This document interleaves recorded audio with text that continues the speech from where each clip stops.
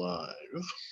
Oh, going live. I got it. Yeah, we are live and just going to send out those links. Adam, what is going on, my friend? What is going on? Time for the most awkward moment in YouTube. That is us. It's not awkward. I don't know why it feels awkward for me because I like sometimes fumble with the phone and I'm like, God damn it. Come on, Jam. Pull yourself together, man. But here's the key. I've been doing live streams for a long time. And the key is if you don't really point out that you're fumbling, people don't notice. If you don't draw attention to it, people they don't really realize that there's a problem going on. I like it because then I come off as the every old man. It's like I'm slowly getting older by just doing stuff. It's fun. But yeah, you will come off as more professional if you just talk like I'm doing and say, all right, the link is out. Nobody's ever called me professional. I'm just going to drop that right here. Nobody's ever called me professional. As you stare into the screen. That's unfortunate because you do have a new venture that you'd like to talk about. You got for being such a great professional on this show. I know it is awesome. Yeah, because of you, I have now started a new venture, let's call it, for the football season. Wait, back the truck up. I appreciate that, but don't cut yourself short. This is you accomplished this. I know I accomplished it, but with your guidance and torment, I have become a better broadcaster, let's call it, a better broadcaster. I'm the host of a new football podcast. It's me and a few guys from down here. It's part of the Boost Sports Club enterprise, I guess I'm going to call it now. They do hockey. They do a hockey one. I've been on the hockey one before. It's kind of fun. We're doing a football one where we're talking weekly games, injury updates, betting lines, things to that nature, as well as some fun stories. And we're hoping to get some guests on it. It's Boo Sports Club. That's also the name of the YouTube channel as well. I'll have all the posts and stuff all ready for Adam to go so we can get into that. It's me, a guy named Flem, and Chris. Great. We just had a good time with it last week. We had our pilot, our preview show. Now we're going to go on to it. And it looks like we're hopefully going to catch something in a bottle, hopefully. Awesome. And with that said, all the links are out. All See, right. it's like magic. It is magic. There we go. You see how that works? One guy talks, the other guy does the work, the other guy talks, the other guy sends out the links. So that's it. Yes. Did you find it all? You found the Boo Sports? I think I invited you to all of them. So yeah, thanks, man. I appreciate that. I don't know if I received those invites actually, but I will like them. I absolutely will. I might have liked them before you sent the invite though. I'm not really sure how that works. We'll figure it out. It's all good. Thanks, man. No, so it's a fun venture. It's interesting to see on different ways that people like to podcast. This one the football one isn't a live podcast. It is a recorded show. Okay. And it's just to give us a bit more of a buffer and a bit more of if we really screw something up, we could just cut it and slice it. Not like here on live. Live here, I think. And I even said to the guys, like, live to me is funner because fun is not even a word. You see what I did there? You could have edited that out. More fun. You see what I mean? And that's what I said. I said, we want to do it that way. I'm looking to get, maybe we're going to do maybe some live views on like a Sunday. We'll get together and we're going to eat some chicken wings at a restaurant and make a big thing out of it. Got a lot of cool things going on with that podcast. So we're good. Hopefully going to get a couple of big sponsors. We're working on a couple. So hopefully once we get those done, I can retire. Doubt it, but I mean, that's pushing my luck. But hey, I think we're going to go up on Spotify as well. So awesome! That's really cool. I'm really excited for you. That's awesome. Thanks, man. I appreciate it. Yes. Now on to our show, guys. This is Adam and I, or Adam's show with me involved. Our show. I'm not leaving this show. I love this show. I get to talk to Adam every day, every week. I get to talk to him. So it's something I look forward to every week for the most part. Yeah, now that you mention it, I did see one comment was like, "Oh, sorry to see Adam's going to be leaving," and you were like, "What? Whoa. We're not changing.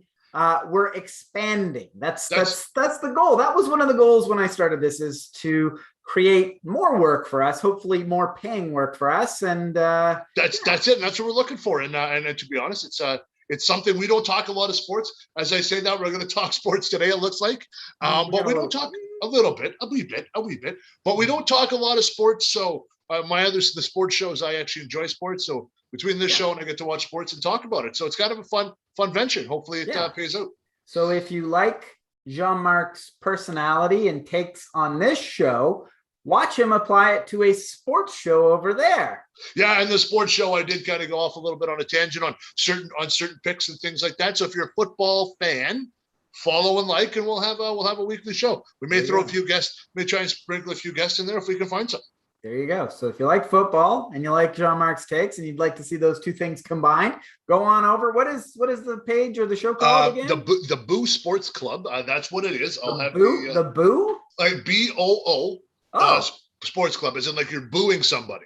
You're booing somebody. So that's kind of fitting. It is fitting. So that's what we're doing, and it's kind of exciting. I'll have the YouTube link and stuff like that for you as well. So it's all good. So that's what we're doing, and it's fun and exciting, and we really hope to get everything going there. And then one day I'll just have so many podcasts, and I don't know what to do with myself. Yeah, I'm going to be honest. When we first started this, when I was looking for somebody to bring on to this YouTube channel, and I thought of you, I wasn't really sure what I'd be able to offer to you other than like a platform. And I thought, well, if I can teach him a little bit about social media, that's giving back a little bit too and helping out and whatever. Yeah, man. And it works. And, you know, like I said, like if you watch our beginning stuff, it's a lot more screaming and yelling, which a lot of people liked and stuff to that nature. And, you know, and then now we're more focused on stuff like entertainment wise. We're more entertaining, I find, now than when we started. Oh, yeah. And I kind of enjoy what we do. I think we do a really good job. I honestly like we are the best kept secret on the internet. We are the best kept secret on the internet. Let's fix that, guys. Let's start hitting those like and subscribe buttons, guys. And start hitting the share button. If you start sharing our videos, that's the gold. That's you know, liking the video is great, of course. Any interaction, comment, of course, we love it. Subscribe, of course, so you can keep seeing us. But when you really when you share it, when you care enough to say these guys are fun and interesting enough to share it on somebody else's page, to expose us to somebody else, that's what we really appreciate. That's how we're going to grow, really. Exactly. So everybody hit the share button.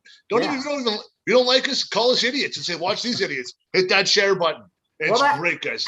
And that is one of the things that, I mean, we don't have to get too into the weeds about this, but that's one of the things that's great about this show is oftentimes, I don't know why, but one of the main reasons I wanted to do the show with Jean-Marc is even though we grew up together, we often disagree on a lot of things.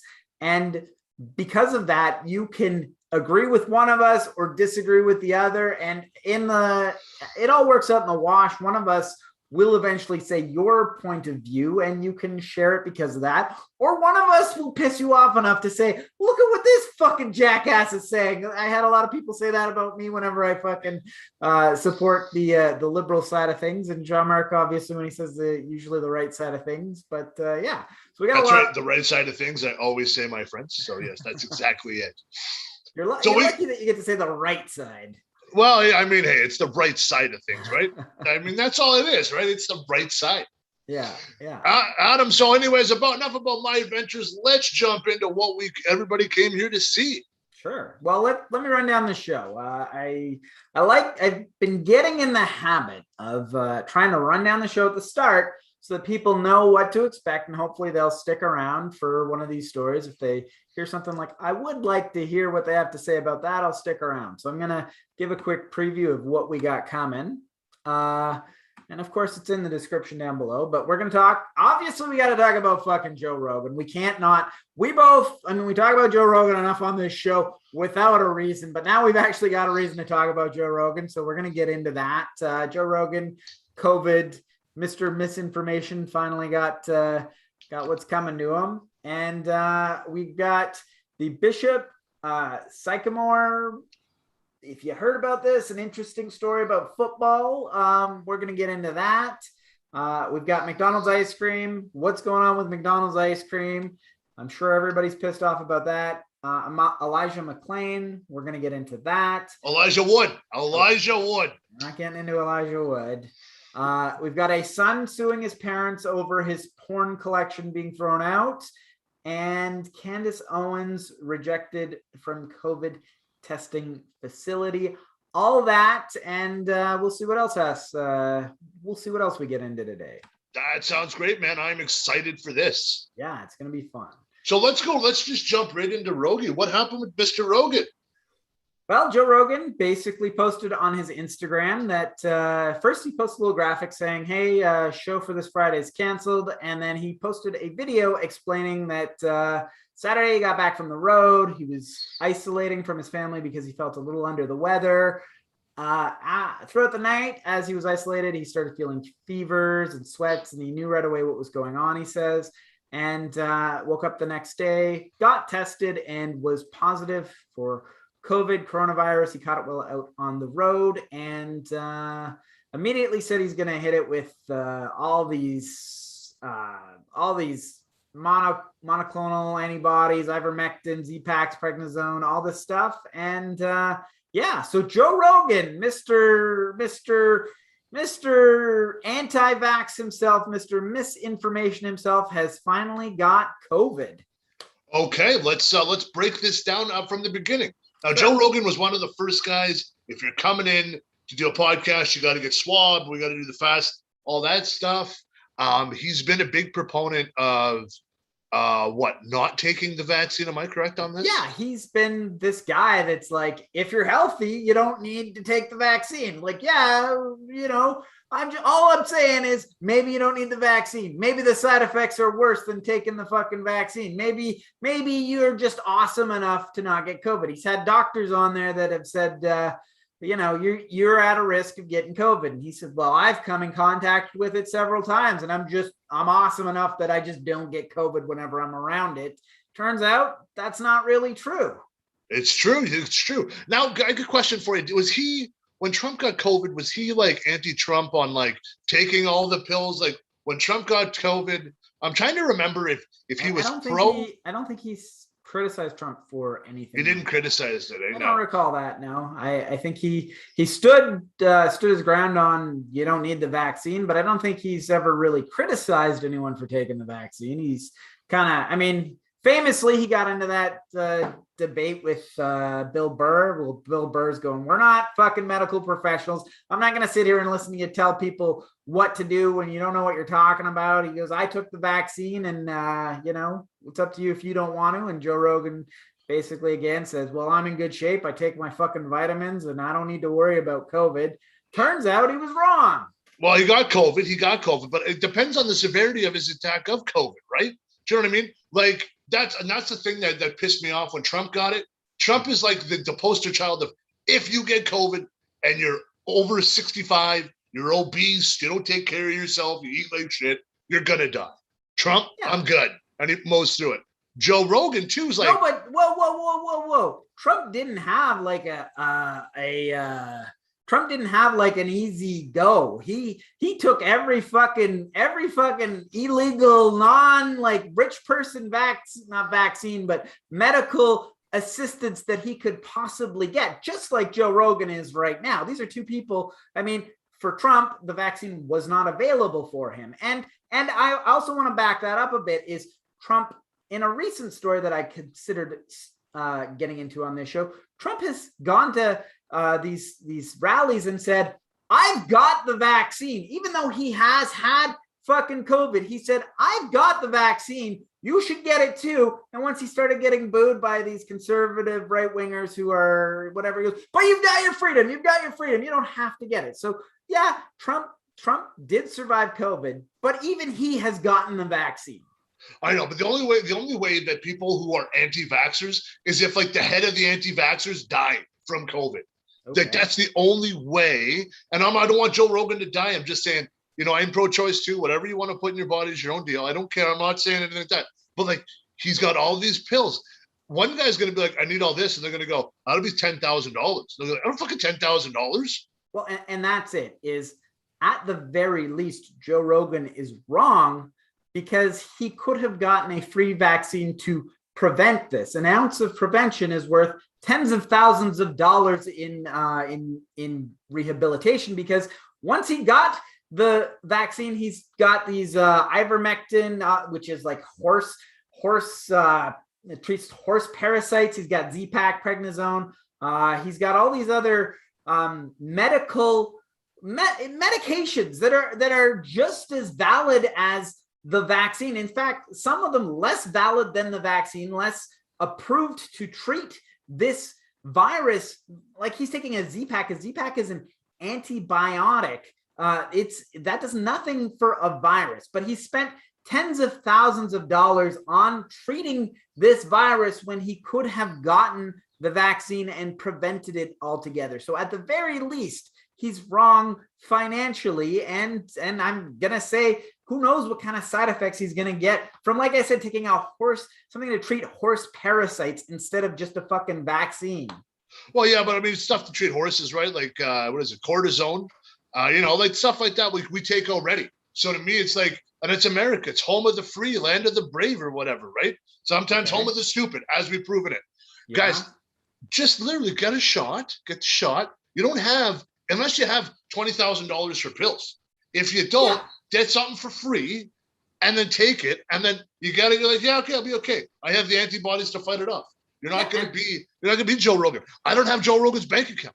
No, but I mean, would you want to? You know what I mean? Would you want to? Would I want to have Joe Rogan's bank account? Well, yes, of course you want to have Joe Rogan's bank account. But given if you were in Joe Rogan's position, what would you rather have? Would you rather take the vaccine and you're fine, and these mythical side effects that no one's ever proven that are far less severe than actually getting the virus while you're unvaccinated? Would you rather go that route and then you take the vaccine and you don't have to worry about it? Or would you rather go, you know what, I'm not going to take the fucking thing and I'm going to roll the dice, and if I get it, hopefully it's not that bad, which it probably will be, and then you got to take fucking like like ivermectin for fucking treating horses of parasites and all these other, firstly spend tens of thousands of dollars that, hey, maybe you've got the money, but why would you spend it just why would you waste it? Like, that's, you know what I mean? And then, like, he's taking Z-Paks.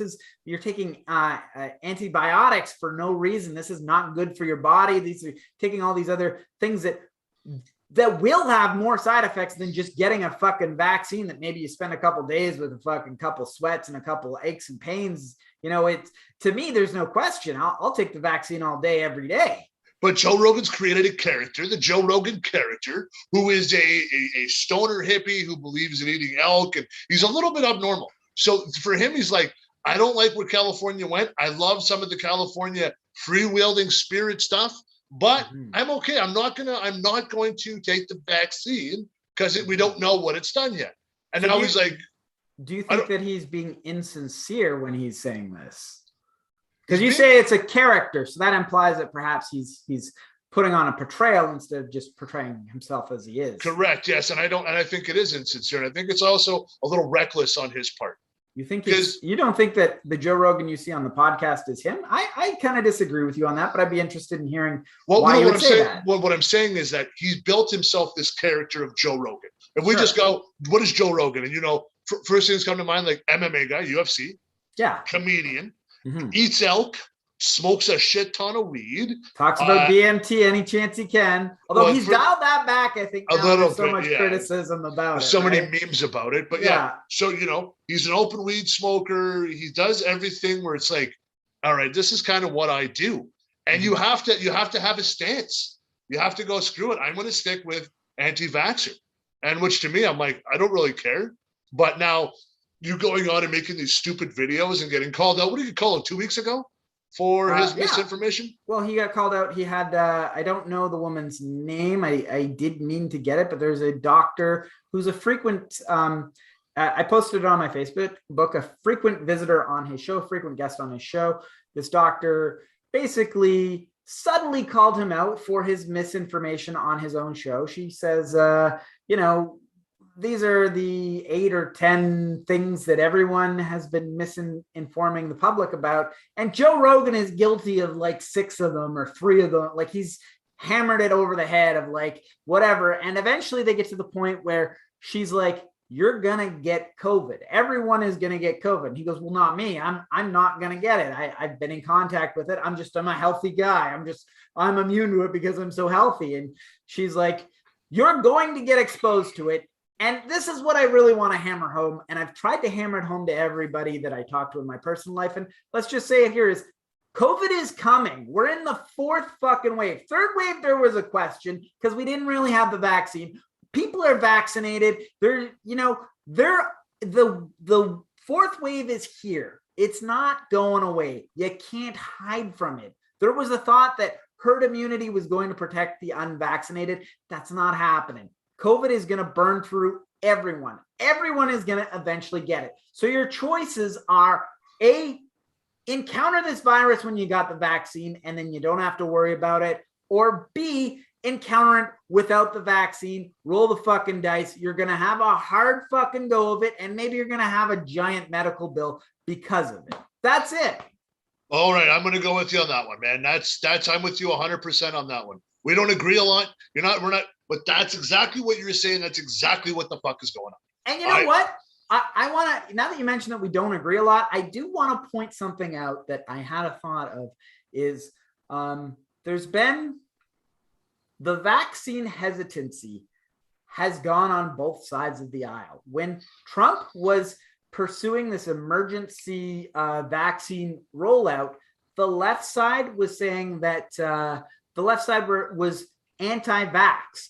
And now that it is no longer Trump in charge and it is a left person in the office, the right side is now vaccine hesitant. But I want to point out that despite Jean-Marc and my disagreement, left-leaning, right-leaning side, we have both been consistent about one thing the entire time, and that's get the fucking vaccine. When the left side was saying don't get the vaccine, I was saying that doesn't sound right. And now that the right side is saying don't get the vaccine, Jean-Marc is saying that doesn't sound right. So you can at the very least say that we are impartial about that, and we're intelligent enough to think for ourselves and say, get the fucking vaccine. Holy fuck, dude, get the vaccine. It's not hard, guys. It's not hard. You roll in, you roll up your sleeve, you get a cute nurse to give you a little shot. You say thank you, you get a sticker, lollipop, a pat on the head, and you take your little receipt and go home. That's it, guys. And then in 28 days, you want to probably make another appointment. They might wait one for you. Do it again. Hopefully it's a different nurse, popsicle, vaccine, whatever you want. Get out, get it done, guys. It's not hard. Oh, I don't believe in this and I don't believe in this. Why did it take them 100 years to figure out how to fix polio? Why? Because they didn't have the fucking technology or funding to fix it, you dummies. Then all of a sudden, Trump threw money at it, Trudeau threw, everybody started throwing money at it. And all of a sudden it was like, holy fuck. Okay, now when you have $1 billion and you can focus on it, it works. It's the same with ALS when we did the bucket challenge a couple of years ago. All of a sudden, all this money was going to ALS research. What happened? They made a breakthrough. Now ALS, you're probably still going to die, but you're going to have more of a life and a longer and a better life with it. That's what happens when we throw money at situations. That's what happens, guys. You say, oh, cancer research. Yeah, we pump money into cancer. Cancer is this beast that nobody can figure out. It picks on me, pick on Adam, pick on whoever you want. Guys, this is why. Just get the fucking vaccine. And if you don't want the vaccine, I don't care. I really don't. I have it. Grandma has it. My mom has it. Nobody's going to die if they get COVID. In my side of the family, I don't care. Mm-hmm. You don't want it. I don't care. Well, fucking push your anti-vax bullshit on me. Don't fucking do this or do that. If you have a problem, you can privately message me. I'll tell you to go fuck yourself. I don't fucking care. I really don't. Listen, I don't care. I want you guys everybody to be healthy. Another thing too, I don't want our poor nurses and doctors to just be dealing with fucking COVID idiots. Like, God damn it, I want to get back out and do stupid things too, like get drunk and break my ankle or break my nose or my hand. I want to get back to that day. Just get fucking vaccinated. It'd be nice to have like regular procedures come back that are not emergency procedures, right? Because we can't really do that until COVID's taken care of. Yeah, listen, man, guys like me who need a colonoscopy coming up soon, it keeps getting pushed back and it keeps getting pushed further. Like, guys, you got to get your fucking vaccine so I can like go and get stuff done. Mm-hmm. Jesus Christ. Exactly. Well, with that said, that's a good transition into our next story is Candace Owens has been refused testing at a COVID center. Have you heard much about this? No, but go ahead and tell me. Well, the long and the short of it is Candace Owens is a conservative, right-leaning person, although she was a left-leaning person at one point, but now she is very much a right-wing person. She has spread misinformation, much like Joe Rogan, who we're also talking about in today's show. Basically, unvaccinated, refuses to wear a mask, thinks she may have gotten COVID and went into this private testing center and was refused service because of her views. Where? What do you mean where? Well, what state? Was there a state? Was there? I am not sure. I don't actually have that information. Well, I was just wondering, like, if she was on a trip and she was in California or New York State, and they were like, "Get the fuck out of here." I don't know. So don't have that information. I'm going to do her a solid and call the people that didn't let her in a racist. You did not let her in because of the color of her skin. Interesting you should say that, because Candace Owens has actually refuted racism. She has actually said racism does not exist. Well, it's true, but now it does, because now she's a wait, what? You're allowed to pick and choose when it's racism? Like, isn't that what the left does? That's not what the left does. That's what the right are doing in this exact instance, because Candace Owens has said racism does not exist. And now that she is getting treated differently, suddenly it is racism. Okay, it's not specific to her exact views in this very specific situation that she has to suffer the consequences for, which is what most reasonable people would say. Listen, man, okay, it's not racism. I guarantee it's not racism. I don't believe, I'm with her. Like, there are some racist people out there, but this isn't racist. I think people don't like her because she's an educated bitch. I'm going to say it. Do you think she's educated? Because I've always found Didn't she go to Berkeley? Didn't she graduate from Berkeley? I don't really know. I've just seen a few videos with her where she gets backed into a corner and people prove her wrong. And, instead of admitting she's wrong, she just goes, "Oh, I just believe it anyway. This is just what I think. I just believe it. I don't have to have a reason. I just believe it anyway." And again, she's another entertainer, right? She's just an entertainer. She entertains the right. I mean, to me, that doesn't. You don't get a pass with that. You don't get a free pass for just saying, "I'm an entertainer." I mean, you're going to say something, you should be able to back it up. You should have a mind and you should be able to back up what you fucking say, right? I'm with you. But like, she's an entertainer to me. Whatever she says, I kind of go, good for you. Okay, cool. You're a sharp-tongued woman who's somewhat attractive, who's got some type of a educational background.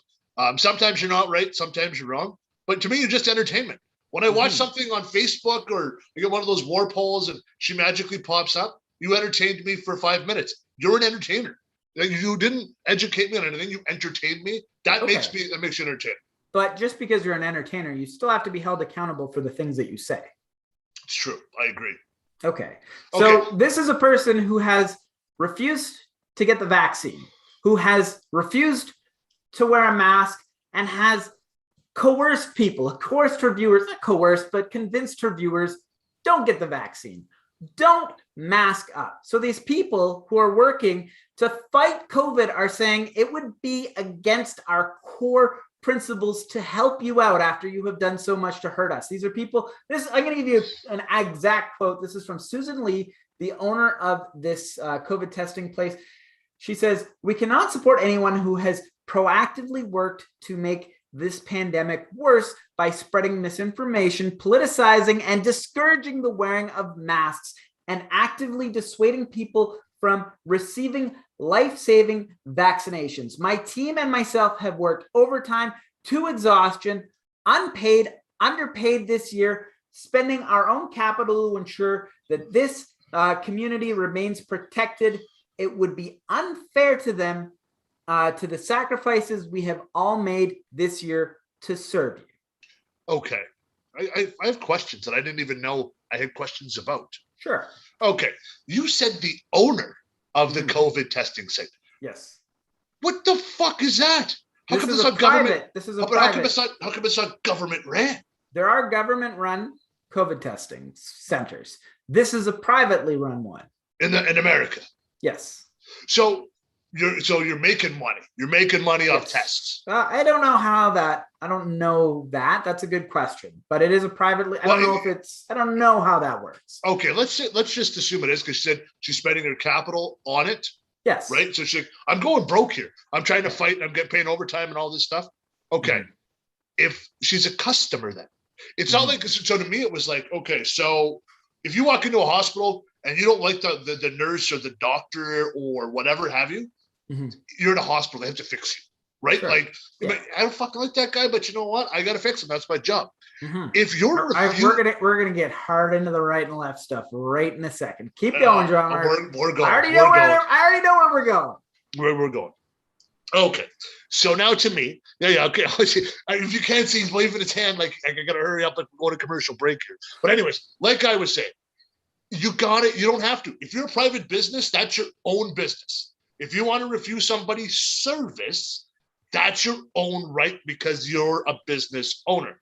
Okay. Now, if it was a government ran, like if I went to get a COVID test, okay, and in Canada, it's government ran, and they said, no, I don't like you, I'd be like, no, kiss my ass. You got to do it because you're government funded. Now, my other point though is I would want to, with Candace Owens, I'm always looking at the way to flip something to make it better. I would take her in. I would show her. I'd say, you know what? Come on in. I would give her the swab. I'd say, listen, you just got to put a mask on. That's our mandate. Help us out. Candace would probably be like, okay, let's do it. I would show her the back end of it. Do you know what I mean? I'd give her the education and go, this is what we're fucking dealing with. You got to help me out here. And then if she were to come out and go, oh, they refused me service, I'd be like, you're a fucking moron. Well, I want to say right now that I'm very proud, John Mark, because I thought this conversation was going to go in a completely different direction, because a lot of right-wingers were saying she's a customer, you have to serve her, customer. No, However, there's plenty of right-wing stories of the private business has the right to serve and not serve whoever they want. And Jean-Marc, you are consistent. That is exactly the stance. This is a private business. They have the right to serve and not serve whoever they want.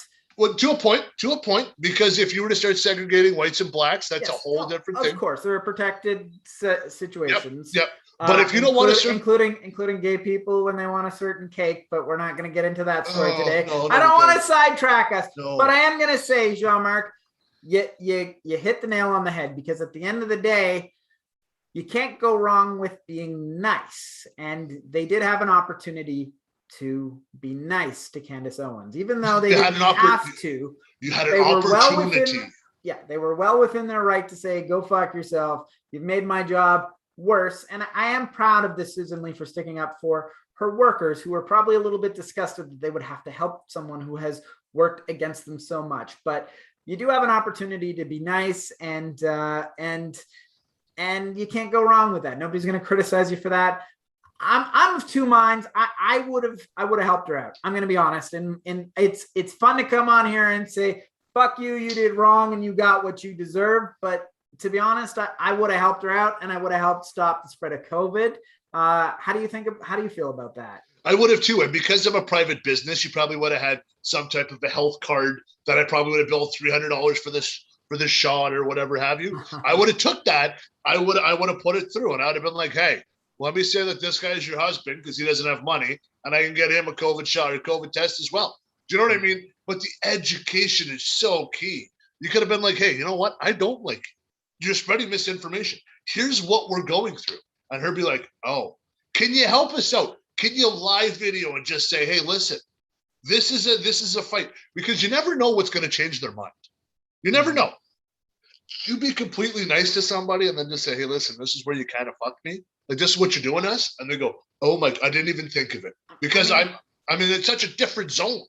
I mean, I'm of two minds, because liberals get tagged with this limp-wristed liberal. They don't have any backbone. They bend to the will of other people. And it's kind of nice to see that you got fucking some backbone, and you stood up for yourselves, and you did what you fucking had some backbone here. No, you didn't have to. Don't even just take the left and right out of it. Let's just say you don't like Candace Owens. Let's just say that. Sure. And then it's not even you don't like Candace Owens, but this is someone who has worked against the cause that you're fighting for, who is now in a situation where they need you to help them get out of this situation because of this cause that you're fighting for. Correct. So what I'm looking at is saying to myself, like, yeah, no, you can basically go fuck yourself.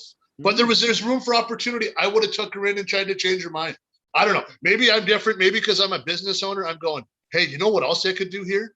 If Candace Owens says, if you need to get tested and they're going to test anybody, I'm probably going to get a big boost of business from it. So I would have took everything to go, hey, cool, we'll do that. But I want you to live tweet the video or live stream on Instagram saying, hey, I'm getting tested for COVID. You know, the people at this area and the owner are great.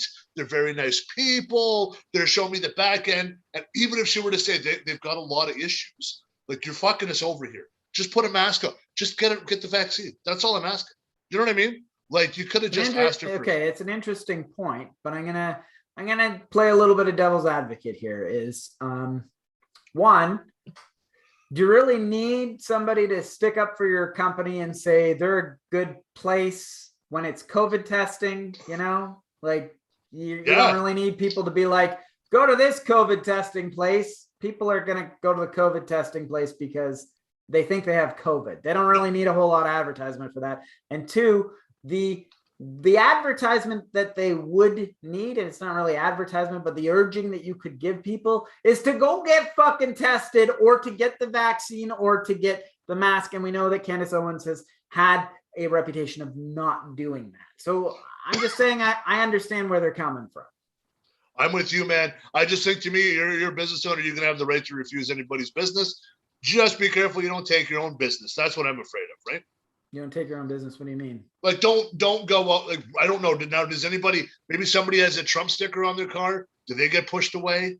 Do you know what I mean, though? Like, if you're going, like, oh, it must be an anti-vaxxer. Listen, I'm a Trump supporter and I'm vaccinated. It doesn't matter to me. I don't think, I mean, we're speculating here, but I would guess that if you're a Trump supporter, you're, I'm sure, welcome. It's just if you're out spreading misinformation and you're famously, like, you're one of the top like 3% of people who are spreading misinformation online, you're not welcome to come for our help afterwards, right? True enough, man. True enough. True words have never been said, my friend. But remember, folks, there's no such thing as bad publicity. There's no, well, that is another thing, is this could end up helping them in the long run, because now they've got this story. Candace Owens is out saying, like, I done fucked up. I needed to get a COVID test. And all the people that she said not to fucking take this thing seriously are going, wait a second, now all of a sudden you're taking it seriously? Well, yeah, you take it seriously. Yeah. You don't believe in airbags till you use them, right? You know what I mean? And then you're like, oh yeah, oops. Yeah. Oh, and you know what? I'm going to go back. I'm going to circle back because I have some notes here that I forgot to mention on the Joe Rogan thing, that if you want to circle back. All right, let's circle back. Well, there's two quotes that he ends the video with, and I wrote them down here. There's two quotes, and I'm of differing minds on both of these quotes. One, he ends the video by saying, obviously, there's nothing I can do about this, about canceling the show. And I would say, obviously, there is something you can do about it. You could get the vaccine. And the other thing that he ends the video with is a wonderful, heartfelt thank you to modern medicine for pulling me out of this so quickly and easily. So, okay, hang on. Okay, yeah. May I just stop you there? Sure. Okay, that is the fucking line of lines. Yes, that's why I wrote it down. That's dude, oh my fucking God. Like, you're a fucking moron. Well, I want you to dive into that. What do you think what's your take on that? That's okay, Joe Rogan. That's not modern medicine. You want to talk about modern is the fucking vaccine. You don't get much more fucking more modern than that. That the vaccine is like the newest thing out. That's modern. That Absolutely. Shit is all fucking, that's all shit from like veterinarians. Yeah. I don't know what kind of hospitals they run in the States. I know there's some for-profit ones, non-for-profit. What the fuck is Joe Rogan doing? Oh, hey, Adam, I'm not feeling good. I'm going to take some horse tranquilizers tonight, okay? I'm going to have a good nap. Is that okay, man? Oh, hey, look, my dog is taking this thing for ticks. There's some ticks around. I'm going to eat that same fucking chew. That's okay, right? Like, that's modern medicine. Joe Rogan, you're a fucking, I never thought I'd say this. You're a fucking moron. Yeah. You need handlers now. You're becoming Sleepy Joe. You're forgetting what the most modern medicine is right now. It's the fucking vaccine. And you're like, thank God for modern medicine. That's not modern medicine. You idiot. The vaccine is modern medicine. And that's exactly what I'm thinking. And then I'm going to give, there's two ways that I can view this. One is you're such an idiot because you like Joe Rogan has gone on about he's anti-vax, this, that, and the other thing. And now he's praising modern medicine and he's taking like fucking horse parasite, whatever bullshit. Looks very much like an idiot. But another interpretation, if you want to give them the benefit of the doubt, and I don't know if we want to just yet, and we're going to have to keep an eye on it and see, is a possible interpretation is that he's gone on about how he's just so awesome that he doesn't have to worry about COVID. Now that he's got it, now that he's been in the trenches, now that he's seen how bad it really is, He's saying this is his way of swallowing his pride and kind of apologizing and saying, I want to give a heartfelt thank you to modern medicine. And he doesn't come out and outright say it like I was wrong, but this is his way of saying I was wrong without really saying I was wrong. He's an idiot. He's an idiot. I'm going to say it. He's an idiot one way or the other, but I'm just saying, I hope, and we're going to have to watch a show to see if hopefully getting COVID, seeing how real this disease is, will change his mind, much like Donald Trump, who got COVID and saw how real it really is and got the vaccine eventually. Hopefully we will see this, but it remains to be seen. Fucking idiot. I'm done with Joe Rogan. You know what, man? You're done with Joe Rogan, really? I'm still like Joe Rogan. It's funny because people say, "Oh, he's not really that smart and whatever." But I like. Well, he doesn't seem. No. Now he doesn't seem too fucking smart. No.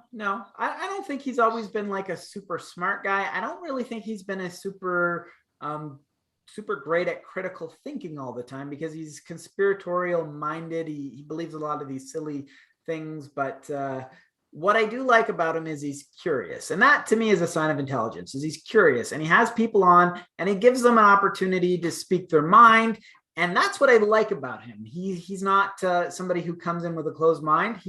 He'll come in, there's a lot of, he's very pro meat, pro carnivore diet, and he'll have a vegan on and he'll pick their brain and listen to what they have to say. But then as soon as they're out of the room, he's like, fuck that. I'm eating nothing but meat after this. I'm going to go get some elk steaks, So that's what I like about him. We're going to give Joe Rogan a pass on being an idiot today.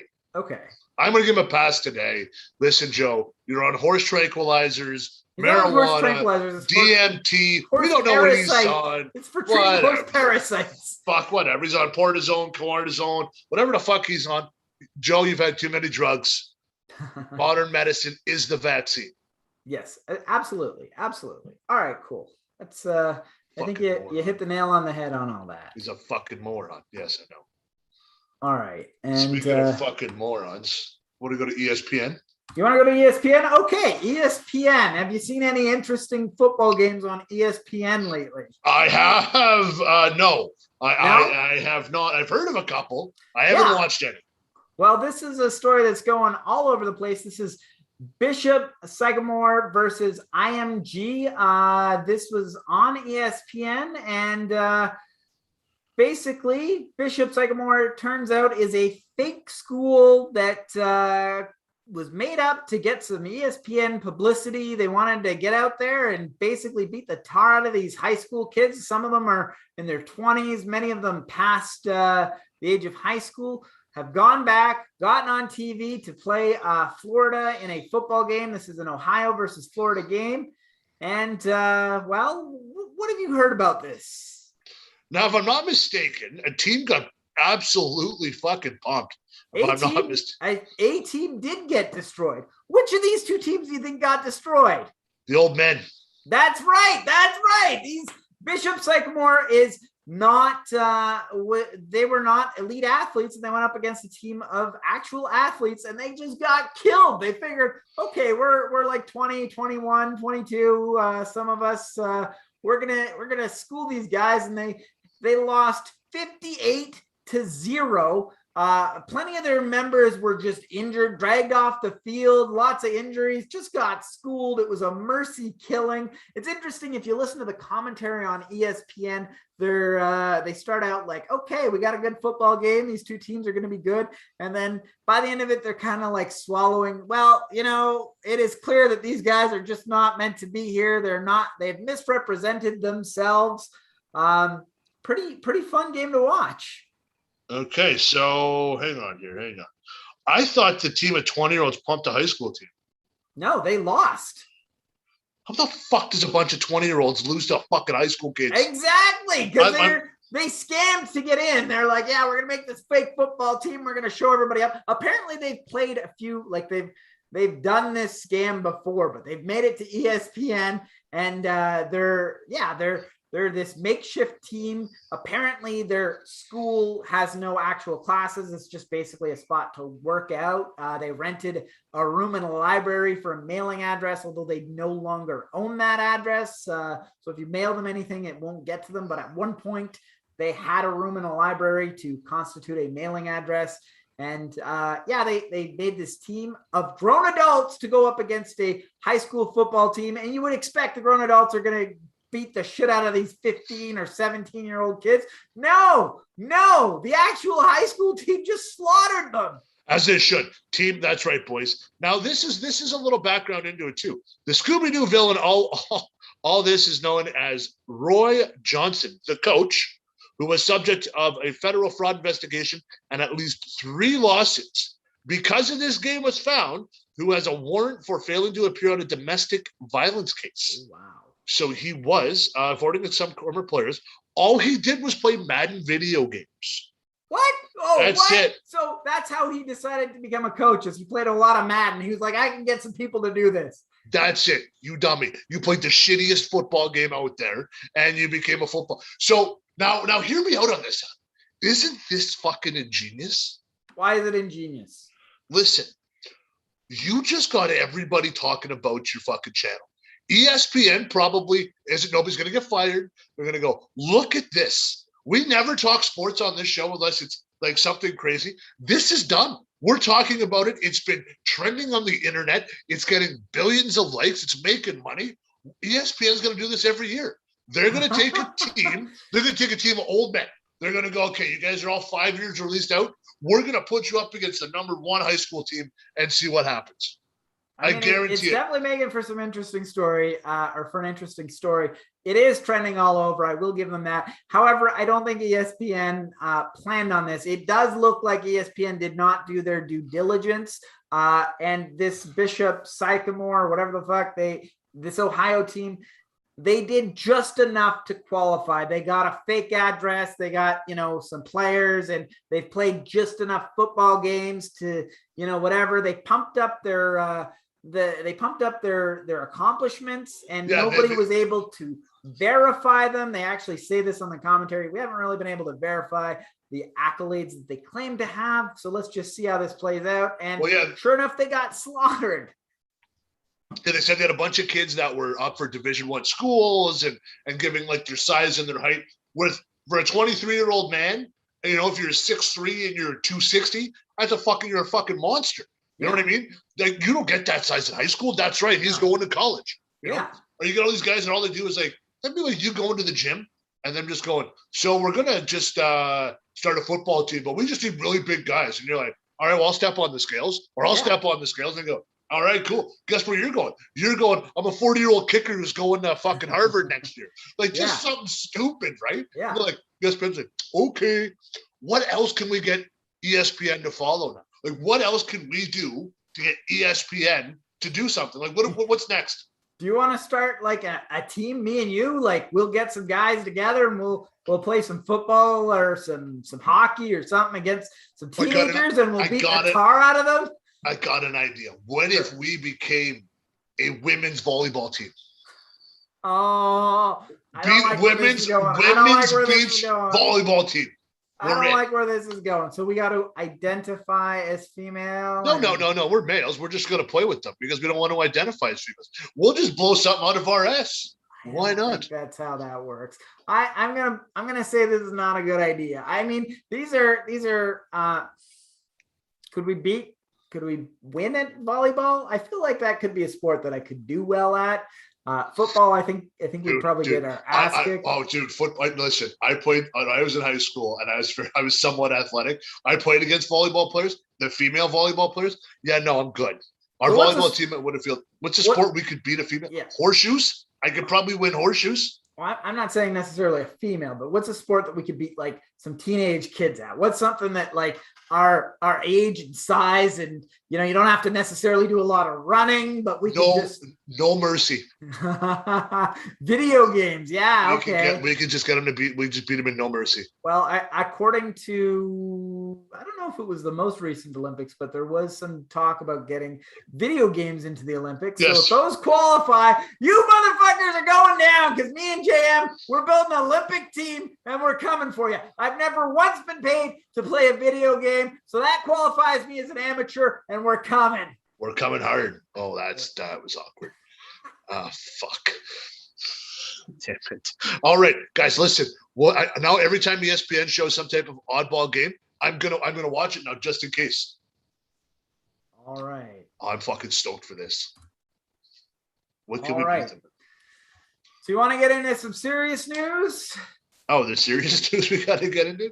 Well, I mean, we might as well get into the serious stuff now and then we've got some other more fun stories coming up. All right, man, go ahead. Hit me with some serious. All right. So have you heard of the Elijah McClain killing that happened recently? No. Actually, not that recently. It was in 2019 that it happened, but the recent ruling has come out this week. You want to just refresh my memory from 2019? Now, is this pre-COVID or it's pre-COVID? Holy fuck. Yeah, it would be pre-COVID. So this was a 23-year-old black man was going to the store to purchase some iced tea. He was wearing a ski mask because he has a blood condition. And he purchased some groceries, purchased this iced tea, and was walking home. And I'm guessing because of his appearance, somebody decided to call the police. There was no crime that they were reporting, and the police began arresting him. There was some sort of I don't know if he was resisting or whatever. He's basically, these three officers are assaulting him, and two paramedics inject him with 500 milligrams of ketamine. He was later declared brain dead after a cardiac arrest. Oh, okay. Whoa. Okay, can we just back up a little bit? Let me just walk through this one more time. Okay. So this kid, how old was he?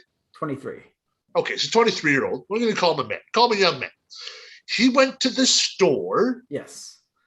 Now, the store didn't call 911 on him. No, this was somebody that saw him walking down the street. Okay, so he had a ski mask on because you said he had a blood condition. Yes. Okay. When he went to the store, there were no issues. Paid for his groceries or whatever, and was walking home. The store clerk didn't call 911.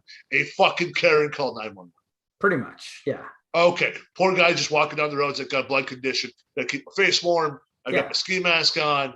Karen's like, black man, he's doing something wrong. He's also, one of the really sad details was one of his last words while he was getting assaulted was that he's an introvert. So some people have even speculated that maybe he wants to cover his face because he's shy. Oh, wow. Combined with his blood condition. Okay, so the guy's like, fucking, I don't want to go out, but I have to. Mom's not coming for a day. I just need my munchies. I'm going to go play my Xbox or whatever. Okay. Yeah. Then the police show up. Yeah.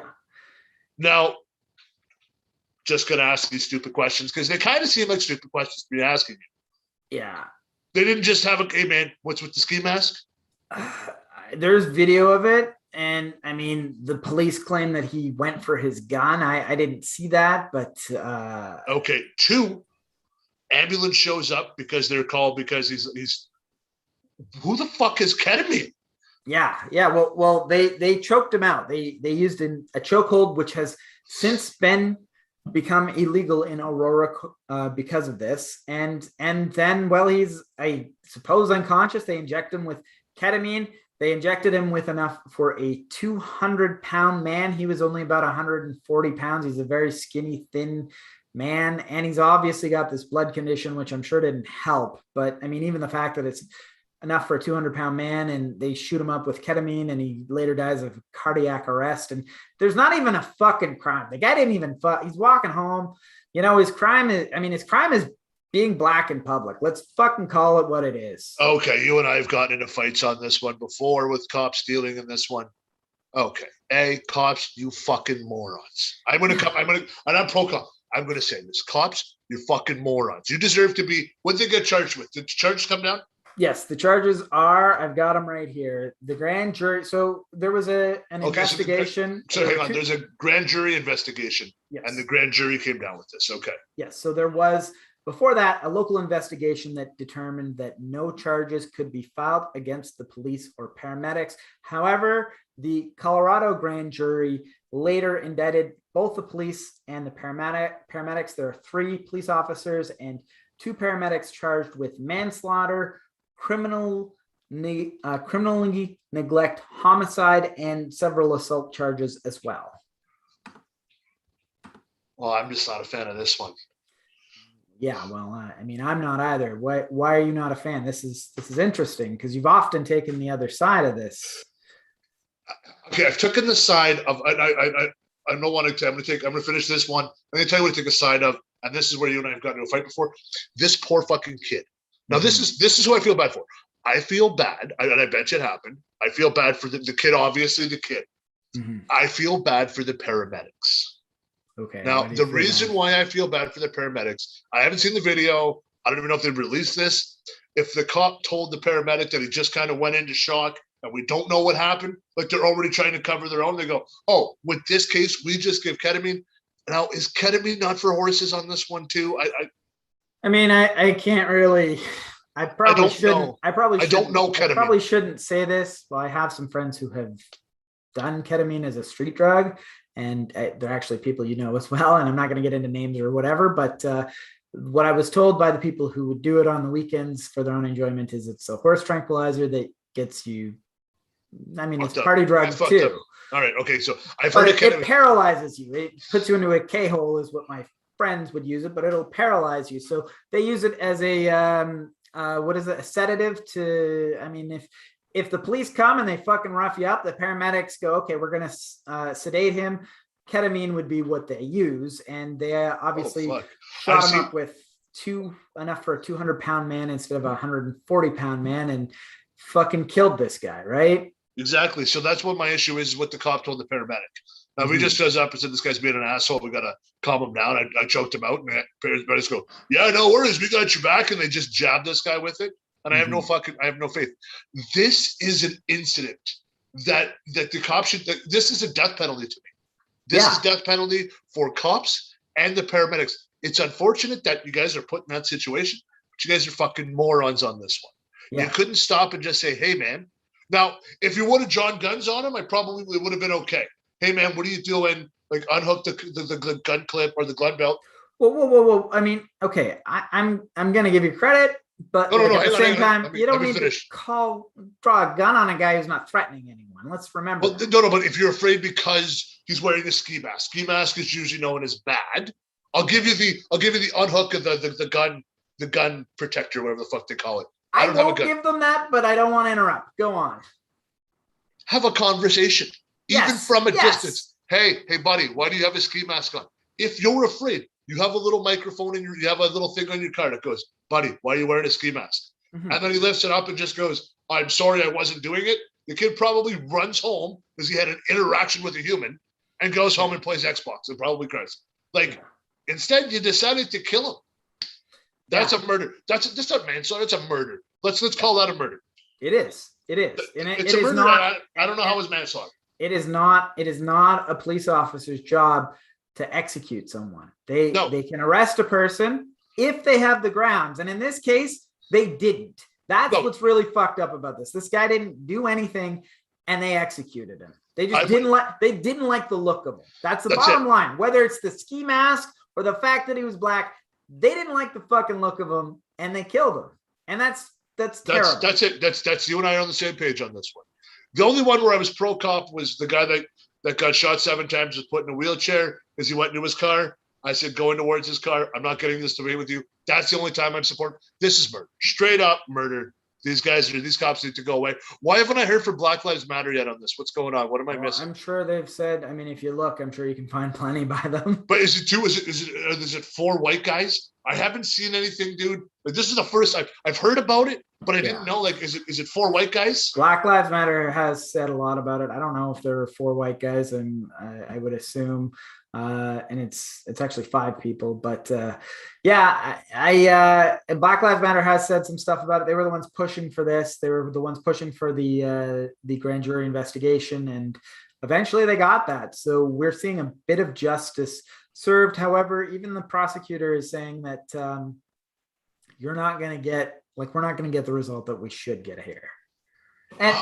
And the police, it's interesting because we're even seeing a little bit of infighting between these plaintiffs because now the police are defending themselves and trying to put the heat on the paramedics. It looks like. Yes. Yeah, So because that's the ketamine. They're probably going to say the lethal dose of ketamine is what killed him, not the chokeout. So he was okay until the paramedics showed up, and then we probably gave him a sad story about what happened to him, and he was resisting, and all of a sudden they hit him with fucking 500 cc's of fucking ketamine. Well, I mean, that's one possible interpretation that they might get into on in the courtroom. Also, the actual APD, the Aurora Police Department, put out an official press release saying that their officers did nothing wrong. I don't believe that. I think they choked out a guy who didn't do a crime at the very least. They assaulted a man who didn't do a crime at the very least, and then instructed the paramedics to inject, like, to sedate him somehow, and that led to his death. So I don't think that the police did nothing wrong. I agree with you 100% on this one. Here's another thing I'm probably going to question here. Sure. Why isn't the Karen who called 911 involved in this? You set somebody up to die. That's what you did. She or he, whoever called, you were just like, what's he doing? For all we know, dude, he could have had a bag of groceries, a fucking Coke in his hand, eating a fucking chip, a bag of chips, walking home, happy to go play his Xbox. All of a sudden, Karen sees him in the fucking ski mask and goes, not on my block, bud. And now, he's a black man. He can't be up to any good. And then goes and kills this fucking poor, gets his kid killed. If Karen doesn't call the police, he's alive today. Yeah, well, if you watch the video, it is. I mean, yes, he does have a ski mask, but he's walking around with a grocery bag, which is pretty disarming. If you watch the video, okay, it's a little weird that he's got a ski mask on, but I mean, I live in Canada. Aurora can be cold at times. I know, whatever. So it is a little bit, okay, he's got a ski mask. I can see how some people might be concerned about that, but he's also got a grocery bag in his hand. To me, it seemed pretty disarming. He doesn't seem like a scary looking guy in this video at all. Like, what are we scared of? Like, are we scared of like girls with like chokers and purple hair? Like, you know what I mean? Like, okay, whoa, easy. Am I afraid of a group of fucking white women who are sitting in front of Starbucks enjoying a pumpkin spice latte? Yeah, probably I am. But I'm not going to call the cops. What the fuck is wrong with people? Yeah, and again, calling the police without any crime. To answer your question, it's not illegal to call the police for that kind of stuff. To just call the police and report someone, even though it leads to their death and they did nothing wrong, that's not illegal. So there's not really anything you can that's a fake charge crime. them with. But there was no crime. That'd be like me calling the cops and saying a housewife is walking her dog. Yeah. I mean, like, what is it? Oh, it's a vicious dog. Oh, it's a vicious dog. What is it? I don't know. It's a fucking Pomeranian. Little bastard's gonna bite my legs. But like, it's not right, but it's also not a crime. We have to hold her responsible. I think the people we need to hold responsible are the people that actually assaulted this guy and then eventually led to him dying. Fucking cops, man. This pissed me off. And I'm a pro guy. I'm a pro cop guy. You know that. Like, that's just a fucking waste. That's a waste of time, a waste of life. That's a waste of life, man. Like, just, you know what? Just fucking death penalty all of them and let's move on. Yeah. Well, I mean, I don't agree with the death penalty, but I am going to say this is Chris Rock famously had a bit where he said, not all, you can't be a bad apple. You have to be good at some jobs all the time. You can't have bad apples at some jobs. You can't get on a plane and say, we usually land our plane.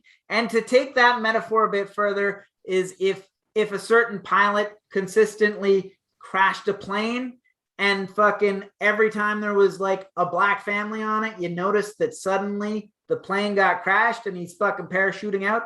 At some point, you gotta say something. You gotta fucking hold these people accountable. That's all I'm saying. And there's good pilots and there's good cops and there's good paramedics, but it's the ones that are wrong consistently have to be held accountable. And that's it. That's as far as it goes. We're in the same boat, man. This is probably a story I'm going to follow just because, you know what? It's kind of interesting to me. I want to see what the fuck, like, what the fuck, man? Like, that's the only thing I could say is what the fuck. And like, I'm just fucking dummies, man. Like, just fuck those cops. Yeah. Fuck those cops and those paramedics. All right, so we've got a couple more lighthearted stories, 2 more. Hey, lighthearted story after the fucking downer I'm on now, because my poor fucking Monday Night Jericho. You know, I'm missing wrestling to do this show tonight, actually. Wrestling? What's on tonight? AEW All Out, and it's going to be a big one, but I am going to watch it later. All right, so McDonald's. Have you ever gone to McDonald's and gotten a McFlurry? Because it is more rare for you to actually get a McFlurry than it is for you to not get a McFlurry when you ask for one. What are you talking about, man? I don't understand. Well, have you ever gone to let me rephrase the question. Have you ever gone to a McDonald's and you ask for a McFlurry and they say, ice cream machine's not working, ice cream machine's broken, ice cream machine's being cleaned? Once, only once. Wow, you are a rare human being. Dude, like no. Now, can I tell you the context of the once? Sure. And then I will agree with this. I think it was me, you. There was a bunch of us. We were coming back. We were having a couple. We used to always go to McDonald's and we'd get like a burger or some fries. Yeah, and then we late night adventure, swing by a McDonald's, grab some munchies. Sure. Right. And then there was like, I think we were like 17, 18. I don't even think. And we were told the ice cream machine was broken at like 10:30. They're like, guy's coming in overnight. He's going to fix it tomorrow. Give us the speech. I'm like, fuck it. I got my Big Mac. I don't give a fuck. Okay. That's it, man. I guess I'm like the good luck guy. I've never had an ice cream issue. You've never. So every time you've ever gone to get a McFlurry, except for one time, you have gotten it. And I got it. And the only reason why I think we didn't get it was because we were a bunch of drunken teenagers. And the guy's like, fuck these guys. And that's the thing. A lot of people have had this sort of speculation that when they come in and they've gotten the answer so often that, ice cream machine's down, ice cream machine's being cleaned, ice cream machine's broken. They kind of speculate that they're just telling me to fuck off. They're basically telling me to fuck off, that, it's a hard job maybe to make a McFlurry for some reason, which I don't think it is. And they don't want to go out of their way to help me out. That is not the case. The case is actually a little bit more, a little bit harder, a little bit more complex than that. And you actually end up feeling bad for the franchisee, the person who owns the franchise or that has purchased the franchise in this situation. So what is happening is these ice cream machines they have like a complex 4-hour cleaning cycle. And you would think, okay, just get a backup machine. And I've asked, well, why don't you guys have a backup machine? And they go, yeah, that one's down too. The reason is because what has happened is and I'm going to get the name of the company. These machines are made by Taylor Commercial Food Services. And they are also the only people that can service these machines. So what happens is during these 4-hour cleanings, if anything goes wrong, and I mean anything, if the cleaning, because there's bacteria involved, I guess, if anything goes wrong, if the cleaning is off by 1 degree, it will give you an error message that says you cannot use this. It still needs to be cleaned because something went wrong. But the error message is so complex that nobody can distinguish it. So because of this, you have to run it again, and you have to basically just keep going until it finally says after 4, 8, whatever, fucking 20 hours, it finally gets ran right. And then you have ice cream. So because of this... Whoa, hang on. You mean to tell me there's only one that's putting all your eggs in one basket? Yes. And McDonald's tells you have to have this machine. And you have to have this machine. You have to serve McFlurries and ice cream, and you have to buy it off these guys, and only they can repair it, right? So this is a complicated, like a conflict of interest, I would say, right? No shit. What else were you going to say? Sorry, I want to cut you off. I'm trying to process this as you tell me, and my mind is like. So this has almost become a meme of the ice cream machine is broken. Ice cream machine is broken. Ice cream machine is broken. I remember actually one of my favorite memes is somebody rolls up to the drive-thru and they go, "Can I get a cocaine McFlurry?" And they go, "I can't do that." Why the hell not? Our ice cream machine is broken.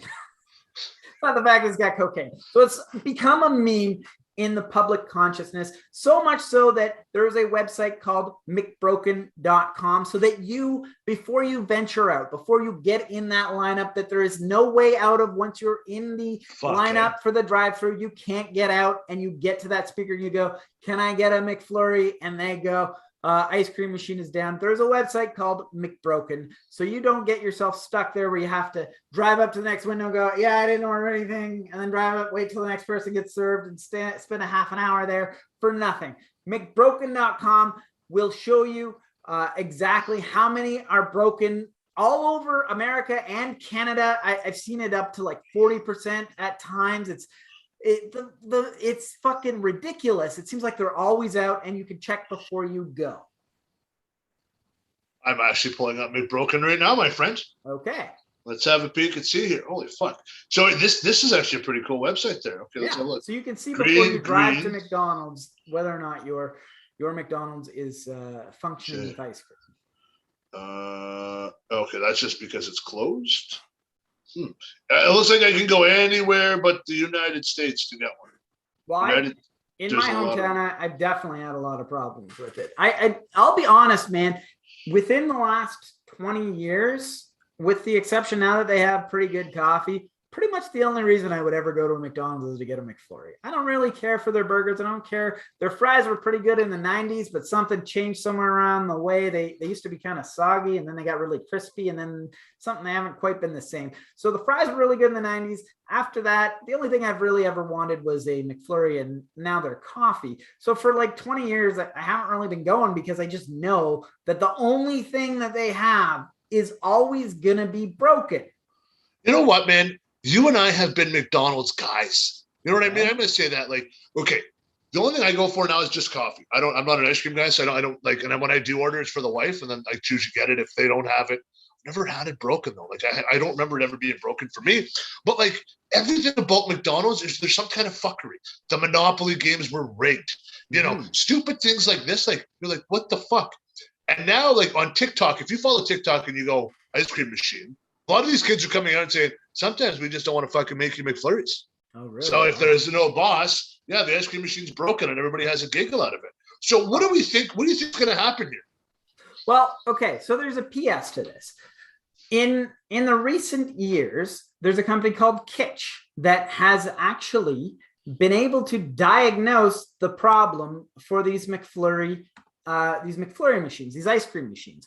This company Kitsch has, I've heard it as a mobile app, and I've also heard it as a separate machine that you can hook up to the ice cream machine, that when it throws out an error, it'll convert it into English and tell you exactly what the problem is. Oh, you didn't clean out this particular area, or you didn't do this, or the ice cream was too cold, is one of the stories that I've heard consistently, is if you don't wait for the ice cream to warm up a little bit before you clean it, that'll give you an error. This machine will give you in plain English what exactly is the problem so that you can fix it without calling in a technician, which, by the way, the technicians they cost a fortune from what I'm told.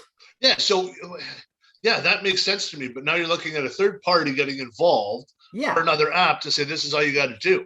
Yeah. So for a little while, this was like the hidden secret. Whenever the franchisees would get together at conventions, they all kind of passed around like, hey, just so you know, this is, I'll help you out. This is how you do it. This is how, and it was good for me to get my ice cream machine working. And it's good for you because you get your ice cream machine working. And it's good for me because your ice cream machine works. My ice cream machine works. Everybody, we have a reputation to uphold, and McDonald's ice cream reputation is better because all of our ice cream machines work. But that is not how McDonald's saw it, because McDonald's, once they found out about this app that was going around, they banned it. They said, this is, we do not endorse this. And if we find out that you've been using this and hooked it up to the machine, it will void your warranty and you will no longer be allowed to use your ice cream machine. This will void the warranty, and you won't be able to use it anymore. So that tells me that somebody up in the old corporate headquarters is getting kickback. That's what the speculation is. Getting a kickback on the machine itself. and then you're getting a kickback on the technician. You're getting a kickback on replacements, on parts. You're getting kickback on everything. That's the only thing I can see. There's something going on. I don't know if it's necessarily a kickback or backdoor business deal. You scratch my back, I scratch your back. McDonald's, who knows what else they own or what this company owns. Well, I was going to say maybe it's an umbrella company that nobody knows about. You know, that Ray Kroc or whatever his name is. That's my sister company. That's a company I bought back in the day when I was selling mixers, and all of a sudden now, this is the company and I own it. So you need to go through everything so I can get my fucking money. So here's the thing. Here's the good news is the FTC has finally decided to do an investigation into this. They see enough red flags. It's been going on for long enough. This is coupled in with a few other things that we can get into later, but the good news is the FTC sees the corruption. They're looking out for the franchisees who have just been, they're obligated to offer the ice cream. They're obligated to buy the machine off of this guy, and they're obligated to get it serviced by this person who's going to charge them an arm and a leg. And they have a solution that works that you would think McDonald's would be 100% behind. Okay, whatever gets the product out there, whatever keeps our reputation. But what's more important to them is to keep this other company happy for whatever reason. They would prefer to keep this other company happy than keep their own reputation pristine by keeping their ice cream machines operating. I'm saying that's $1 million operation they're going to get busted with. Yeah, well, something's going to happen. The FTC is looking into it. They're seeing that this is they're coupling it in with things like your phone. Suddenly your phone, if you have an iPhone, a new iPhone comes out, suddenly your iPhone is slowing down. So what they're seeing is the FTC is seeing these people are they're sabotaging their own product in order to make more money in the long run. They sabotage the ice cream machine to sell you upgrades and service and whatever, sabotage your phone to sell you an upgrade. So the good news is we're going to see some light at the end of the tunnel, hopefully. Yeah, I hope so. It's not going to affect me, but I bet you'll see a download on the McDonald's app. You'll get 2 free ice creams or something with the app or something. So the McDonald's will change it around and go, you're going to get a large McFlurry for free. Download the app, register, so we can have more for the mailing list, and then you get a free McFlurry. So McDonald's will turn this around somehow. Yeah. Well, they'll have a McFlurry day. Unfortunately, and here's the thing. Here's what it really looks like is McDonald's seems to be in the business of sucking money out of their franchisees rather than making money off of their customers. Instead of making a good, consistent product, they seem interested, and we can take a little bit of extra money off of these rich people who have, they're trying to live the American dream and start their own business by buying a McDonald's. If that's what your dream is, and operate this business and do a legitimate thing. And they go, well, we're going to nickel and dime you here, nickel and dime you there. And it's not even nickel and dime because it is an expensive checkup by a what's the word I'm looking for? By a person that can fix this, a technician. Technician. Yes. Yeah. So, dude, you got to think, if that machine costs you $10,000, you got to have one. You cannot have a McDonald's without McFlurries. Yeah, you can't. So I'm sure that it's you're under contract to offer the same product at all McDonald's, right? You can't. So like, let's just use Ontario as an example. I know we like to get American, but you have one guy in Toronto. Okay, but that one guy from Toronto then has to do all the 401s, and he's down in London and Windsor and all these fun Ottawas and all this. And they go, well, when can he come? It's probably going to be about a month. So you keep running your cleaning cycle, and then when he gets to you, you're probably the part you need. He probably just goes in and runs a spoon around one side of it and goes, yeah, it's good. Here's your $500 fucking bill because you got to pay for my mileage. I put me up in a hotel if you're out of the area. Oh, fuck. It'd just be what a racket. What a good racket if you're on the receiving side of that. Well, in all honesty, I don't even think it's that. I think that these ice cream machines mess up so much that they probably got a guy within driving distance of most McDonald's so that they can pay for a service call, once or twice a week or 3 times a week or every couple of days, and they get a big bill. They get another bill, What I would do then is I would pay the fucking ice cream guy to be on my payroll, because everybody in my town owns, all the McDonald's are owned by one family franchise. So I just be like, fuck it. You've been doing this for years. I'm going to put you on my payroll. Here's 60,000 or 70,000 a year. Make sure my ice cream machines are working. This is probably going to cost me like fucking 300,000 anyways. I got to make sure they're going. Yeah. All right. With that said, I'd like to get into the next story, but I think your internet is lagging a little bit here. Is it? I don't see any problem with mine. Oh, now it's back. It's interesting. Last week, whenever I didn't talk. Well, last week what I found was when you didn't talk, it would freeze. But as soon as you started talking, it would unfreeze. But this week I'm noticing that even when you're talking, it's freezing a bit. And I don't really know why that is. I don't know either, because I'm looking at my end. My end doesn't really say anything. Everything looks good. Which, who knows? Have you changed any of your settings? Like, I'm just curious as what's going on with that. I don't know. I'm fine on my end. Maybe if I'm not moving, you just think I'm frozen. No, that's not it. I don't know. Yeah, I don't know. Whatever. You're good now, though. All of a sudden, I don't know why. Yeah. I don't know why it was doing that, but we seem to be good. All right. Well, let's keep going. All right. Still have no chats, no talks in the chat. So is the chat up and going? Yeah, the chat is very much up and going, but nobody is in the chat talking to us. But that's fine. It's a long weekend. I actually expect people to be, treating it like a Saturday instead of like a Sunday, and that's fine. Yeah. Oh well. Yep. Yeah. Even if nobody's watching, man, we still got to do it anyways, right? Yeah, exactly. Well, I mean, like I said, this is basically a bulk record session, and we put it on YouTube if people want to enjoy it and check it out and whatever, they're welcome to. It's more fun if we get some people chatting. So yeah, might as well do it live, right? Oh, hey, did I just lose you? Jean-Marc? Well, it's a good thing nobody's watching, because I can wait for Jean-Marc to come back, even though we're having a bit of technical. Oh, are you back? I haven't left. I was watching you the whole time. Okay. Now it says my internet's unstable, but yeah, no, I was watching the whole time. Huh. I was watching you move, and you're like, "Hey, I'm not here." I'm like, "Hey, man." I'm like waving and stuff. Yeah, I was good to go. I don't know what happened there. That's funny, man. Oh well, let's wrap this up. Well, we got one more story. Let's go. Let's jump into it. All right.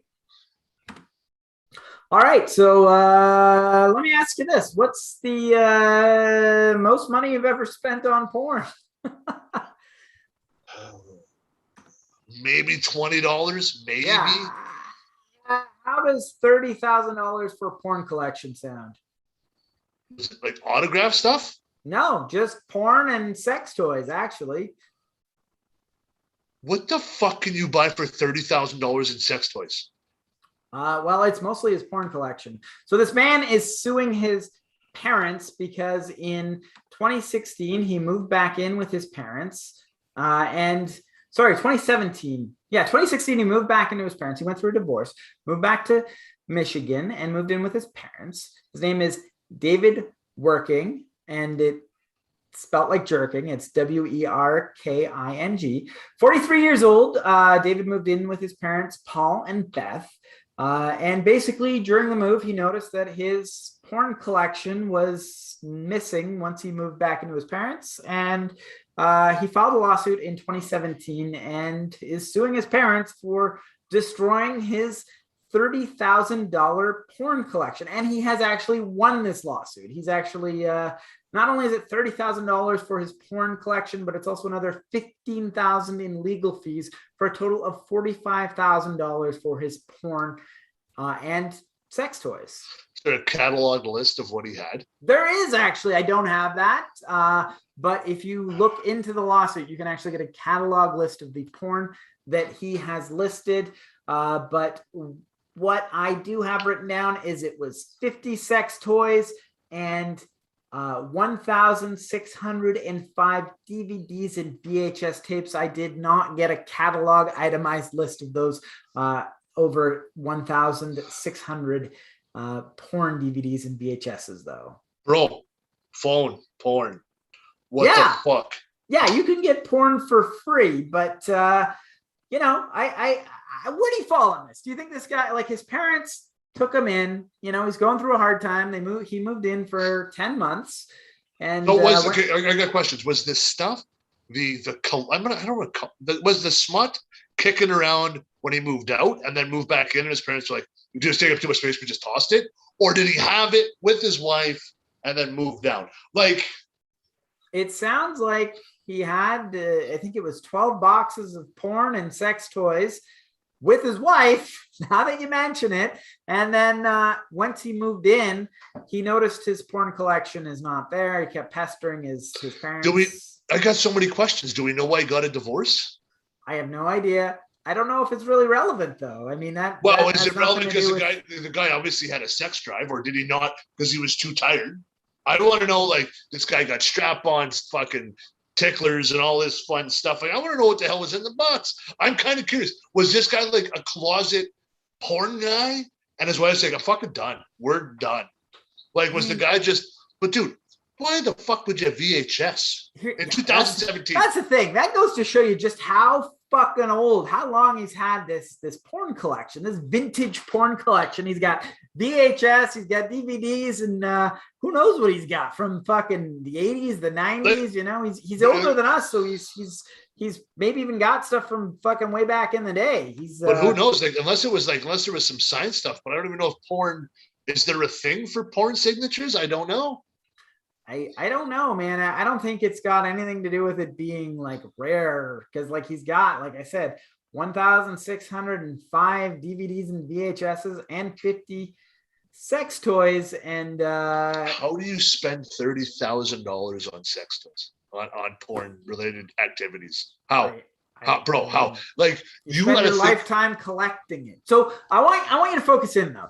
He moves back into his parents. His parents are doing him a favor. I mean, he helps out. He did some chores to cover rent. He moved, I'm not sure where he moved from, but he moved back to Michigan and he ended up in Indiana by the end of it. So he's moved across the country. I mean, not across the country, but he's moved states. So his parents are doing him a favor. He's there for 10 months. He's doing chores to help out. Do they have the right to throw out his porn collection though? Sure. You think they have the right? Why do you say this? Okay. It's taking up way too much space. Okay. Now, I probably would have had a conversation with him like, you get rid of this or I'm getting rid of it. Like, do you know what I mean? Hey, you get rid of this or I'm getting rid of it. You know what I mean? Like, I don't want this shit in my house. Sell my house. Still my rules. I don't care if you're 35 or 40. Now, at what point, though, do you not think of just selling it? Because it has no resale value. Well, he didn't have the option of selling it. His parents threw it all out. Well, and I'm going to disagree with you. I think that, you know, your parents are helping you move in, but they don't get to throw out your possessions. I mean, we can put a judgment call. I mean, it is a judge. It's hard to say because it's porn, you know, like porn automatically has a stigmatism, but it is his possessions. And maybe it's not our place to judge. It's nothing illegal. It's not, no, but it's nothing illegal. So it's nothing illegal. Yeah, if it was illegal, that's a completely different. But no, again, I'm listening. It's something that I would listen to. Yeah. Yeah. Okay, so it's, you know, I use my video game collection as an example. Yeah. So okay, so I got, what do I got there? I think last I checked, I got 1,000, 2,000, 3,000. I probably got what? What if you had a $30,000 video game collection?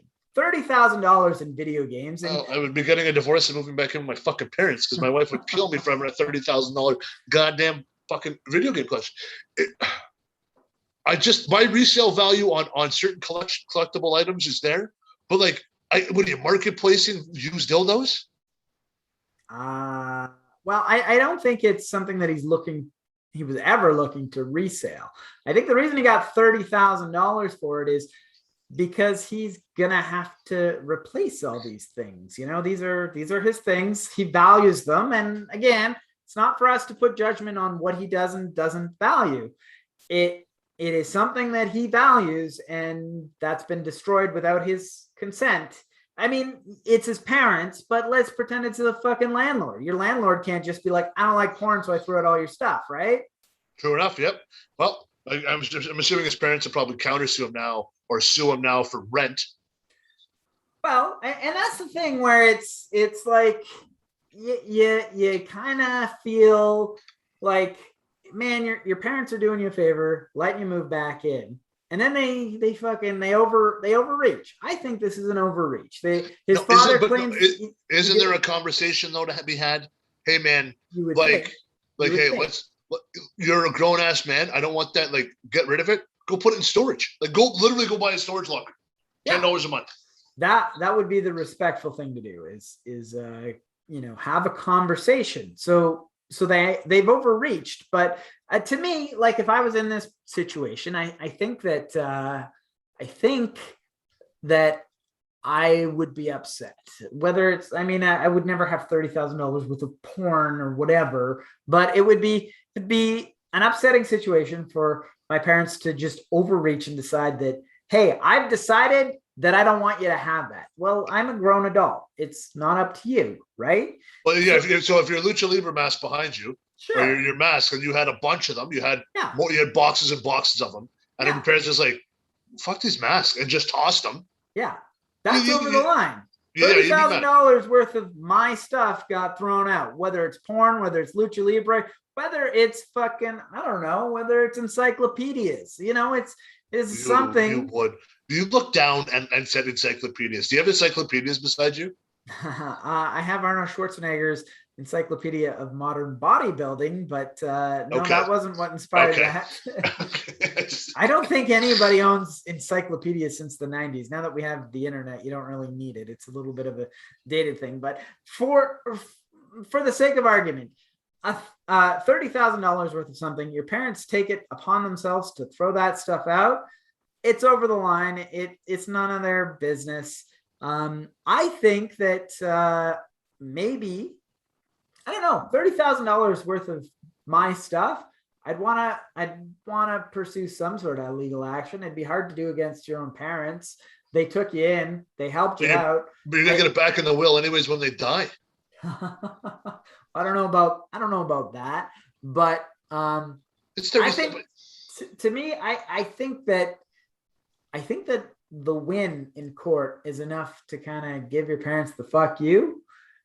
After that, I don't think I really pursue them for the money. I think I kind of say, you got, like, you learned your lesson.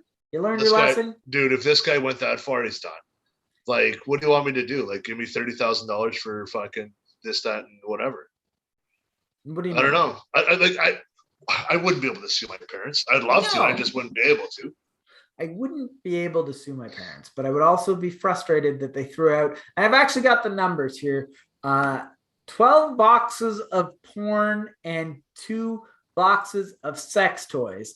Whether, it's porn or sex toys, I would be mad that they threw out 14 boxes of my belongings without even talking to me about it, right? And I would want some sort of consequences for that. I wouldn't be able to sue them for $45,000 over it, but I'd be pissed. I don't know. I don't know what to think of this guy, though. I don't know. Do you just chop it up into a loss? Do you just chop it up to a loss and say, fuck, my parents, they fucking threw out my shit. I just got to suck it up. Is that what you would do? If it was my porn collection, yeah. Well, and that's the other thing is this guy's name is all over the internet now. He's the guy who had the $30,000 porn collection, $45,000 in legal fees. This guy's name is plastered all over the internet for this. He's famous for that everywhere he goes now. Bet he gets his own dildo now. Or a big pocket pussy because he's a big pussy. Dude, write it off as a loss. Yeah. I'd have to. Because even if you use them intimately with your ex-wife, the box of toys, I would not want my things of my ex-wife kicking around anyways. I don't think it's a sentimental thing. I think like his porn collection, his sex toys, sure, he probably used with his ex-wife. I don't think he's keeping them around because he happened to use it with his ex-wife or whatever. I do think, though, that his porn collection is more of a personal thing, that it's something that he only enjoys with himself, I would expect. And you don't know. He could have enjoyed it with his wife as well. But I don't know, man. I kind of feel for this guy. I would never be in this situation, but I do have some pretty overbearing parents. And I could see them taking it upon themselves to throw out maybe my luchador masks, and I'd be pissed. I don't think I could bring myself to sue them, though. I don't know what I would end up doing. What would you sue? Like, what if you were to sue your parents? What would be the I've got to sue you for? For having my brother. Judging by our conversation in pre-show, I can agree with that. I'm just trying to think if there's something that I would have to sue my parents for. Yeah, I don't know, man. I don't know. It's like, unless I had to, but it would be like my parents' insurance. Do you know what I mean by that? Like if they're like, You can get it. You just have to sue your parents' insurance. I'm like, Yeah, I don't know.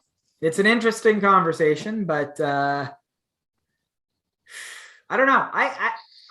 I'm of two minds. I'm of two minds on this story because I do feel bad for the guy. $30,000 worth of his possessions, whether it's pornography or not, $30,000 of his stuff got thrown out without his consent. However, it was because his parents were helping him out, gave him a spot to live for a couple months, and it is his parents, and it is something that's a little bit embarrassing to deal with. So you're caught between a rock and a hard place. Literally, he's not in a hard place right now. Hey, a little soft, aren't you, bud? Yeah, man, because he's gonna have to rebuild that porn collection because his name is all over the porn collection. With that said, he's gonna have a $30,000 head start. It's true. It's true. Get out of your parents' basement, bud. Jesus Christ. All right. With that said, we're gonna end the show. Thanks for watching, guys. Like, comment, and subscribe. Like I have said, please share our content and check out Jean-Marc's new venture. Yes. Boo Sports. Boo Sports Club. Yes. Boo I will send you everything you need to know. And we'll maybe talk about a few things next week as well. I'm excited. All right, man. All right. Thanks for watching, guys, and have a good one.